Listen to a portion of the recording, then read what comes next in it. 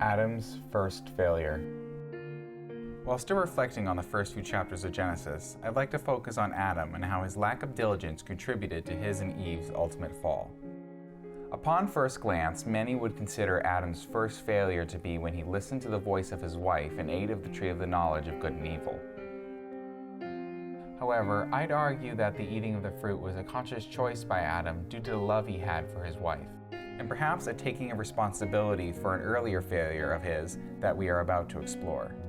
To understand how Adam and Eve found themselves in this position to begin with, we need to jump back to God's first commandment to Adam in Genesis 2. Genesis chapter 2, verses 16 through 18 read, "The Lord God commanded the man, saying, 'From any tree of the garden you may eat freely, but from the tree of the knowledge of good and evil you shall not eat, for in the day that you eat of it you will surely die.' Then the Lord God said, 'It is not good for a man to be alone. I will make a helper suitable for him.'" Before moving on, let's highlight the key points of this passage. God told Adam that he could eat from any tree of the garden except the tree of the knowledge of good and evil, because if he did, he would die. God then says, "It is not good for a man to be alone, and that he should have a helper suitable for him."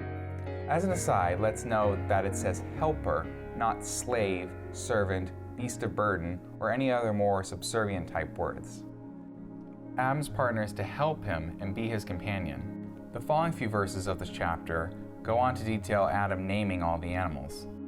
This is God's way of demonstrating that no animal is a suitable companion for Adam, and perhaps on a more comedic note, God might have been waiting for Adam to notice that each of the animals had both a male and a female, but Adam seems to be missing something.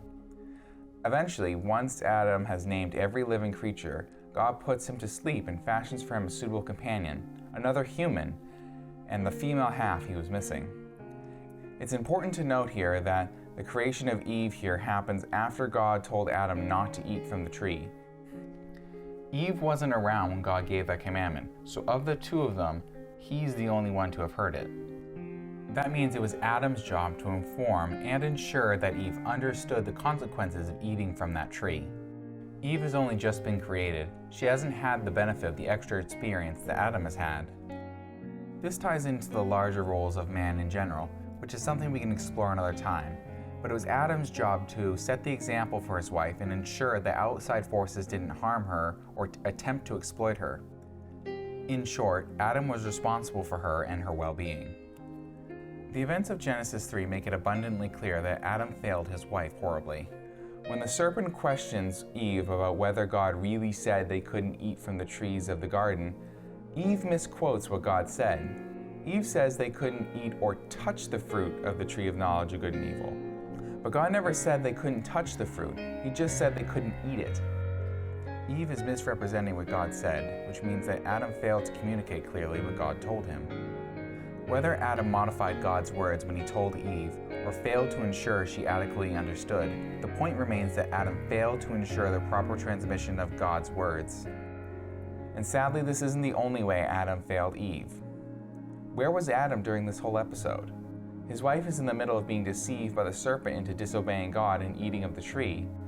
Adam's supposed to be protecting her from things like this, especially since she hasn't been able to enjoy the same level of communication with God that Adam has.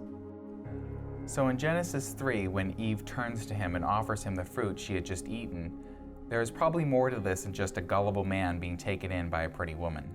As Adam stares at his wife, the fruit clasped in her hand, the gravity of his failure might be dawning on him. So probably out of love, Adam decides to join his wife in her predicament, taking responsibility for his failure in leadership and diligence. This should be a lesson for all of us to keep diligent watch for the darkness trying to creep into our lives.